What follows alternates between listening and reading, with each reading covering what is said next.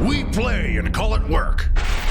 Hey there guys, Quirk here from MiniWarGaming.com and welcome to our unboxing series. In this episode, I'm going to be opening up the Menoth Battle Box, so let's go ahead and check that out. So here we have the Protectorate of Menoth Battle Group Battle Box. And looking at it really quickly here, you can see on the back, it says that you're going to get a Castigator, a Ravager, a Repenter, as well as Malekith, the Burning Truth. So let's go right ahead and open this up.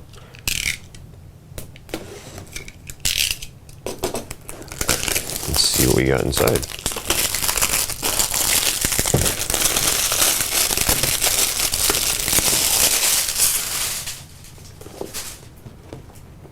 So you can see it's a fairly big box. And when you open it up, the first thing you're going to get is a small Warmachine Prime Rule Digest. It's just a small book. It has no lore to it, it's just all the rules. So, nice to have that available. You've also got a paper ruler. It goes 18, which isn't too bad. Nice little way to get started there. And you've got a introductory guide to the Protectorate of Menoth. In here it's got some lore, a little backstory, some information on No Quarter. You got the battle group tactics, working on teamwork, growing your forces, painting them, as well as some painting guides. So that's nice to have there. Then you see here you've got, for anybody who doesn't have any terrain available, a 4x4 fold-out mat, which I believe is double-sided. It's made of a nice material. It's a heavier paper with a, feels like a wax finish. Sorry, it's not a 4x4. That is a 2x2. So you got two different sides here. This one has a forest, some ruins, a hill, and then the other side has some numbers to it, but you've got, looks like a rec marker here, some ruins, a forest, maybe an elevation. So, all up here. It's nice to have that available if you need to play any games. Close that up. You've got your basic training manual. I believe this is just like a quick start guide. So, it gives you all the rules, a basic breakdown, front arcs, distances, things like that. So, just a nice little quick start guide if you don't have the time to go through the entire rule book. There's that available to you. And now for the important stuff. So, we've got the jacks. This one, I believe, is the, I believe that's the Castigator. So, we've got that one. We've got your Repenter.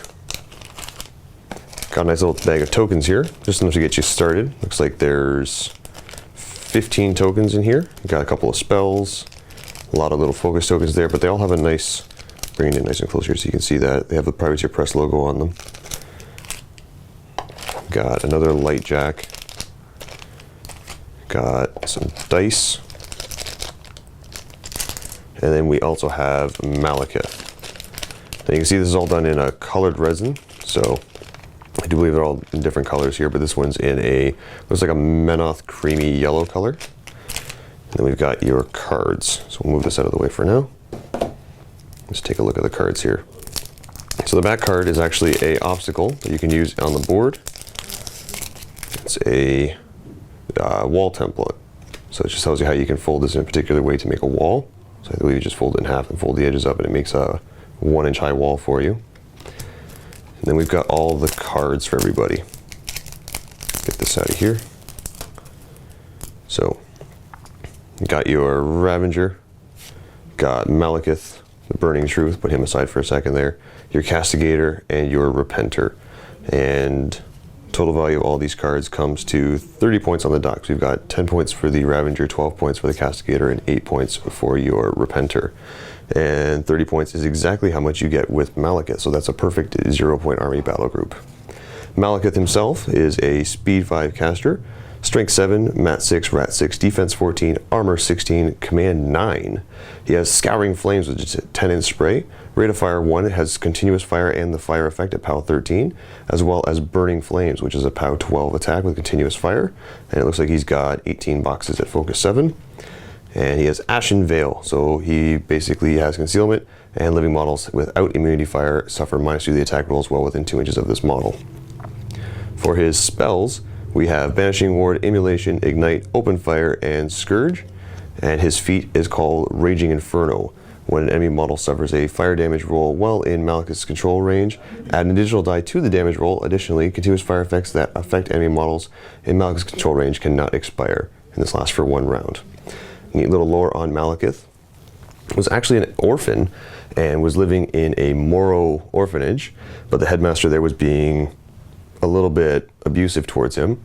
And one day while out in the street, he heard a zealot preaching the word of Menoth and went to the church to see what it was all about. Instantly became a believer of Menoth and joined the faith. During that time, he actually went back to the orphanage and burned it down. So while he was with Menoth, he found comfort in being part of the Temple Flame Guard as well as with the Cleansers, and was actually given some guidance by Fiora. So that was the original Flamecaster. So anyway, he's basically known for, you can hear him coming because of his bellowing voice reading from the book, the Word of Menoth, and when he leaves nothing but the ashes of non-believers behind him. So nice little thing right there.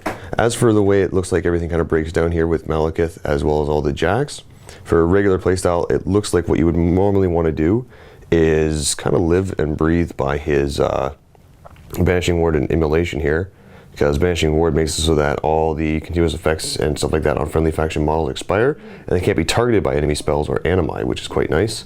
And then his Immolation, it causes fire damage on a critical, they suffer continuous fire. Both these cost 2, he's a focus 7 caster, so it'll take just a little over half for him to do that. He also has Ignite and Open Fire as well as Scourge. Scourge is a cost 4, range 8, AoE 3, PAL 13.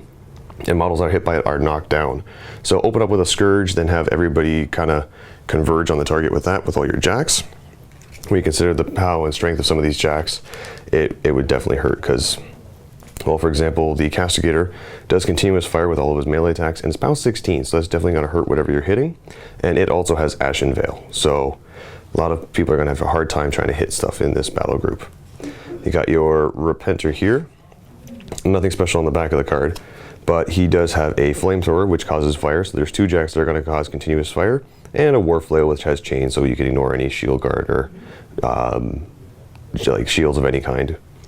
Lastly, we have your Ravager. Ooh, let me just pick this up here. Now he's your Arc Node, which is what you're probably going to use him running around at speed 5 to cast all of your Scourge and Ignite, as well as Immolation all over the place.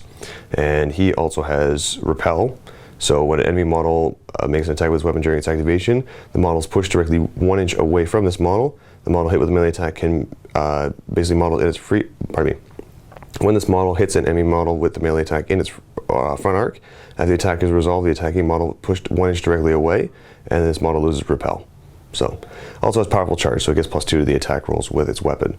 Now, if you're using Scourge, you can knock something down and then charge in with this, and don't have to worry about it because you're going to get auto hits, which are quite nice. Lastly, if you were to set everybody on fire and then use Malekith's feet, it means that all the flames aren't going to go out, and you're going to be causing quite a bit more damage there. As for the models themselves, it looks like the cleanup work on some of these are not going to be difficult at all. I'm not seeing any excess resin on any of the miniatures. Like, all of these are pretty clean. There's a little bit of flash on this model here, but that's about it. And as for Malekith himself, he's a bigger model. He's on a medium base and looks fairly detailed actually, so that's going to be quite a bit of fun to paint. Looks like he's going to be awesome to play. So anyway guys, hopefully you enjoyed this unboxing for the Menoth starter box. Vault members, go ahead and click the link below. You can see a starter box battle with Malekith as well as his battle group, and it gives you a little bit of an overview on how to use him, and hopefully you'll enjoy that. Thanks so much for watching. Until next time, happy wargaming. Hey there guys, thank you so much for watching. Hopefully you enjoyed that unboxing video. Go ahead and click the link below to see a battle report now featuring that battle box between Steve and myself.